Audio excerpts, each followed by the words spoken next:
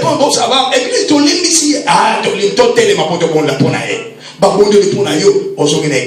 quand tu reviens à l'église, pas de problème, tu continues ta vie chrétienne. Mais qu'aujourd'hui, frère, des gens ont de sérieux problèmes à l'église.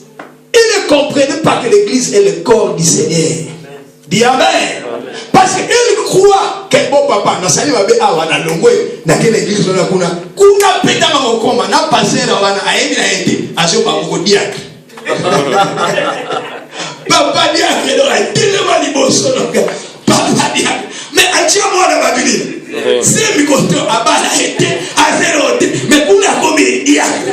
Akobe donc papa azo minimiser ko tubino. Moi ni patoala. Va comprendre ma capote. Comprendre. Contrôle va comprendre gars.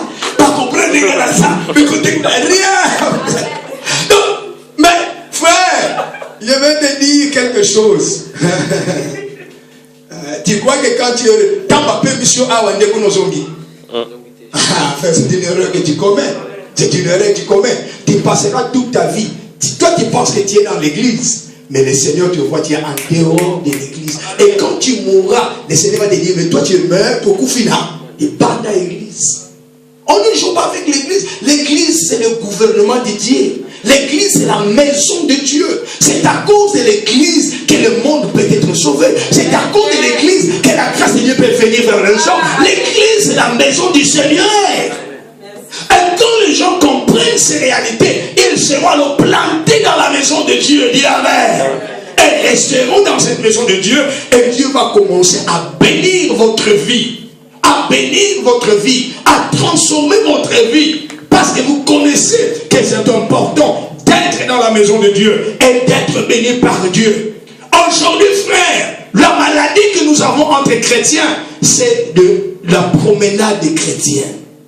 Des gens qui disent d'ici et de là, ils parcourent partout. Et c'est extraordinaire de comprendre aujourd'hui, nous ne gagnons plus les païens. Vous savez cela? La plupart des gens maintenant, l'église ne gagne plus les païens.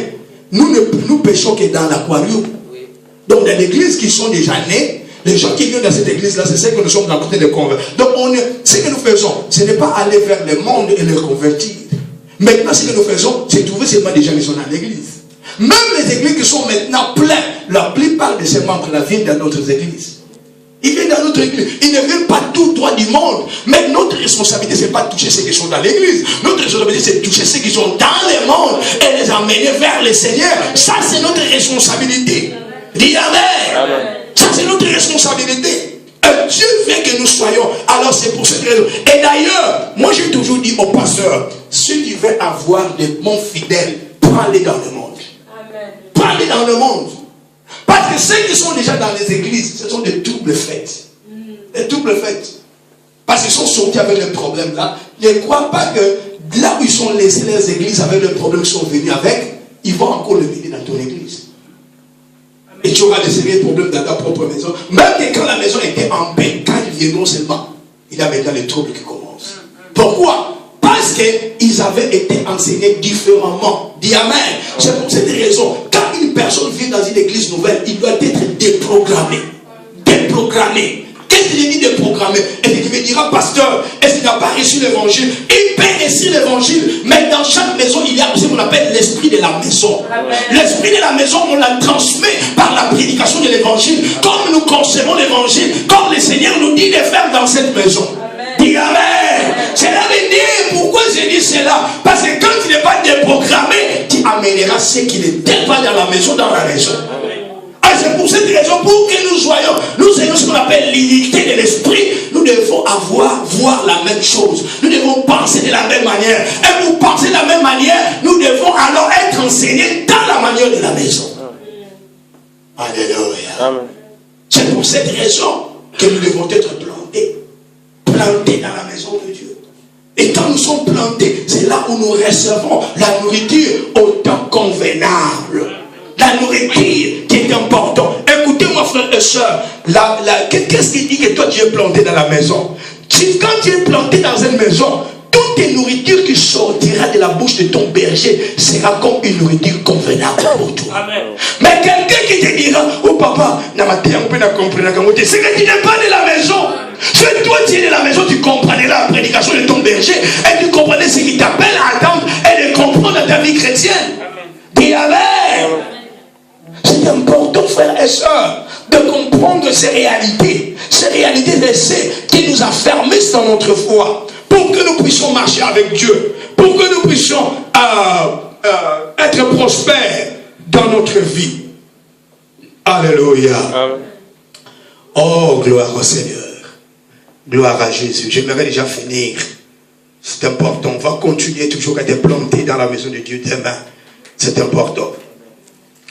L'Église, que les autorités leur permettent de faire ce qu'ils veulent. Écoutez-moi, beaucoup de gens aussi sont dans la maison. Ils ne sont pas plantés dans la maison. Pourquoi? Parce qu'ils veulent qu'on leur permet de faire ce qu'ils veulent faire. Qu'on leur permet de faire ce qu'ils veulent. Donc cela veut dire que quelqu'un qui ne veut pas être directionné. Écoutez-moi, frères et sœurs. Quand tu es dans l'église, tu dois être soumis aux autorités de la maison. Donc c'est que les gens de la maison te disent de faire. Qu'est-ce que le pasteur te dit de faire? Qu'est-ce que le responsable de ta commission te dit de faire? Qu'est-ce que le responsable de ton département te dit de faire? Donc tu dois soumis à ces instructions-là. Et beaucoup de gens ne veulent pas être directionnés. Ne veulent pas être directionnés pour leur dire que non, frère, ce que toi tu fais, ce n'est pas correct. Tu dois agir de cette manière. Laisse ça, ne fais plus ça. Donc ils ne veulent pas des directives. C'est pour cette raison qu'ils ne sont pas plantés dans l'église. Ils veulent aller là où il y a le libertinage. Là où il n'y a pas la discipline. Vous savez, même aujourd'hui, si on te prêche quelque chose, des fois qui n'est pas en conforme à l'évangile, mais beaucoup de gens s'intéressent à être dans ces églises-là. Pourquoi? Parce qu'ils se voient qu'ils sont libres de faire ce qu'ils veulent. Amen. Écoutez-moi. Ce qui te bombolise, ça m'a l'air tu vas nous dire, tu vas nous dire, nous allons nous soulager. On s'en a passé dans l'église. L'église où il retourne. Il retourne. Donc pourquoi? Parce que les gens ne veulent pas que tu leur dises que non, oh non, non, non, non, non, non, ils ne veulent pas ça. Donc ils veulent qu'ils vivent dans les deux ordres. Quand tu lui dis, bon, tu peux faire tout ce que tu veux, mais viens dans l'église, ce n'est pas un problème. Et quand il vient aussi dans l'église, il fait ce qu'il veut. Personne ne l'interpelle. En tout cas, l'église sera pleine. L'église sera pleine. Mais cela ne veut pas dire que parce que l'église est pleine, que cette église reflète la volonté de Dieu. Non. C'est nous reflétons la volonté de Dieu quand nous faisons ce que Dieu nous dit de faire. Et c'est pour cette raison, beaucoup de gens ne sont pas plantés dans la maison de Dieu. Parce qu'ils ne veulent pas ces types d'ordre. Ils ne veulent pas ça. Même les païens, même quand tu lui dis, ok, surtout quand il dit, oh, qu'on a matière à mine, il fait l'eau. Ah, ok. Parce que pour eux, il fallait pas qu'il y ait un gars qui a malamu. Donc, pour eux, donc c'est bien d'être là. Parce que c'est Dieu est bon. Mais quand il commence à dire que non, papa, Dieu est bon, mais il a aussi certaines choses que tu dois respecter. Dire, ah non, non, non, non, non. Je ne veux pas de discipline. Je ne veux pas de discipline. Je ne veux pas de discipline. Donc il est important, frères et sœurs, de comprendre que Dieu nous protège. Écoutez-moi, comme enfants, nous avons nos propres enfants. Vous savez, certaines disciplines que nous établissons sur nos enfants, les enfants eux-mêmes ne comprennent pas, n'est-ce pas? Ils ne comprennent pas. Ils ne comprennent pas. Oh, moi, on a Aya qui déjà châtonné. Toi, les parents qui disent non, tu ne manges plus. Tu ne manges plus. Mais pour lui, il dit bon, moi je dois manger. Mais toi, tu connais que ça va lui faire des défauts. Amen. Mais lui, qu'on voit qu'il doit manger, il doit manger, il doit manger. Donc pour l'enfant, il ne comprend pas. Parce qu'il n'a pas ces raisonnements d'aller comprendre.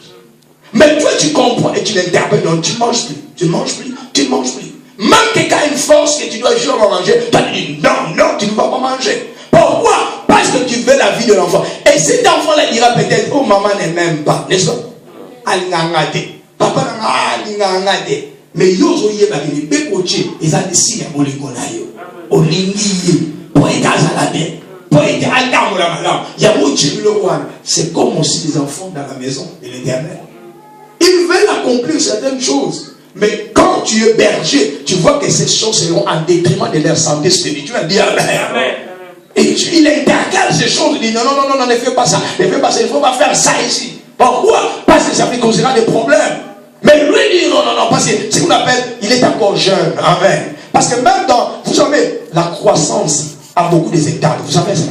Il y a un bébé, un enfant, un jeune, un adulte et un vieillard. Beaucoup de gens ne connaissent pas comme ça. Il y a aussi ce qu'on appelle des vieillards dans l'évangile. Des vieillards dans les évangiles. Donc c'est très très important. Donc ce qu'un vieillard comprend, un bébé ne peut pas le comprendre.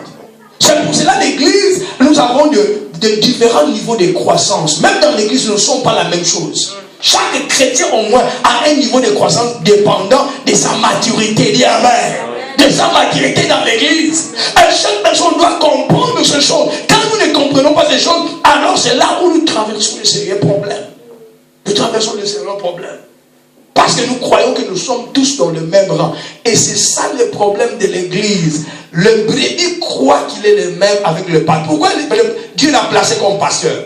Il l'a placé comme pasteur parce que Dieu voit qu'il a plus de maturité que toi. Le soir.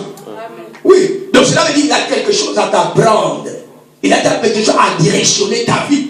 Parce que c'est pour cela, c'est des raisons que Dieu l'a placé. Dieu ne place pas seulement des gens comme ça. Parce qu'ils ont quelque chose à apporter dans votre vie. Et toi, tu dois reconnaître que ces gens-là ont quelque chose à te donner. Et tu dois être ouvert à les recevoir. Dis amen. Pour transformer votre vie. Et changer votre vie. Voici, ceci est réellement la réalité de l'évangile que Dieu nous donne. J'aimerais te rappeler, frères et sœurs, que tu dois être planté. Ça, c'est un message que tu dois apporter vers les autres. Sois planté dans la maison de Dieu. Et c'est là où tu vas prospérer.